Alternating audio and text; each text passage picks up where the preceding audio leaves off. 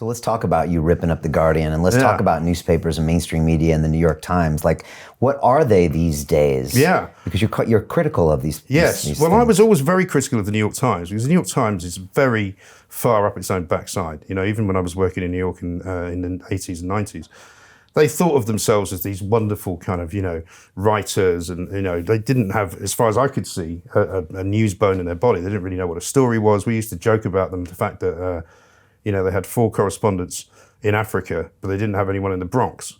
And we used to say, why haven't you got anyone in the Bronx? To which they would say, well, we haven't got any readers there. And you'd be like, you haven't got any readers in Africa either, but you've got 4 people there.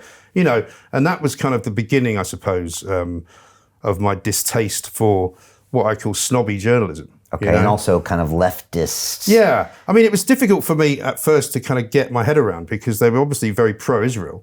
Right. Which meant that normally speaking from where I came from, that would make them right-wing. Okay. But they weren't. They were left-wing and pro-Israel. And it was my introduction, I guess, to the whole kind of New York thing where, I say to people, I was born and raised a Catholic, went to Catholic schools, but because I lived for 10 years in New York, I feel sort of half Jewish, because you become part of that culture. And it's a great culture.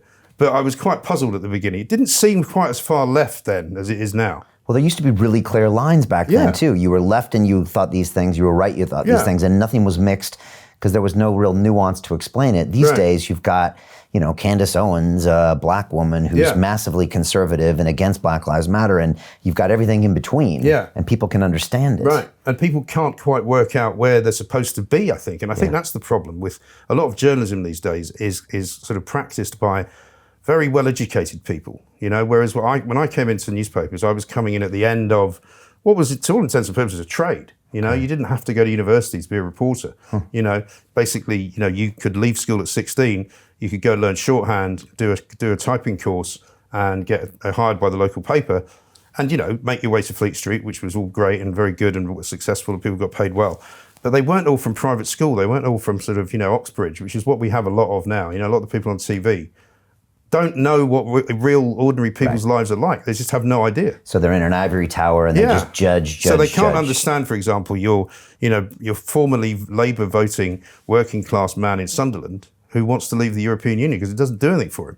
Right. They couldn't even get their heads around that because they live in places like Chiswick, or they live in places like Barnes, or they live in places like, I don't know, even Canary Wharf. Right. So even though they vote the same, they don't understand these other people. No. I think the change in the Labour Party's structure has shown that, because what the Labour Party now is, or what it's definitely not, is a party for the working people of this country. It's a party for sort of pseudo-intellectual Guardian readers. And that's it. That's why the only place they won an actual vote of any worth was Putney, southwest London, where the houses average $1.5 million. But they lost the red wall. That all went because there's nobody who can believe in what the Labour Party stands for anymore. Wow, so they're completely out of touch. They're totally out of touch. They're all about, supporting transgender people, which a lot of people in Sunderland, and I'm not, just picking on Sunderland, but I mean, people in working class areas don't really talk about that. Right. It's not something on the top of their agenda. They talk about work. They talk about Brexit. They talk about, going on holiday.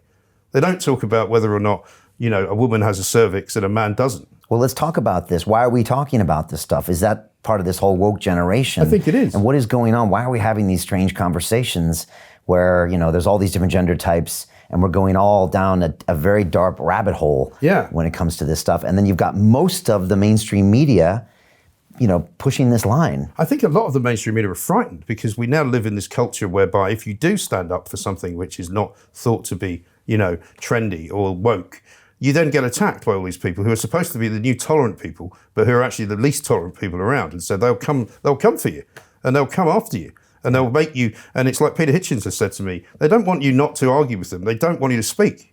They just want you to shut up and not say what you want to say. Yeah. They don't want to have an argument. They don't want to have a debate about it. They just want to shame you, cancel you. Yeah, it's not to be debated. You're a bad man, so therefore you should sit over there and stop talking. Is that also a product of digital communication? Like, would this have happened if we were actually talking to each other in the past? Well, I think the trouble now, and I say this often, much to probably the chagrin of some people, that everybody's now got an opinion.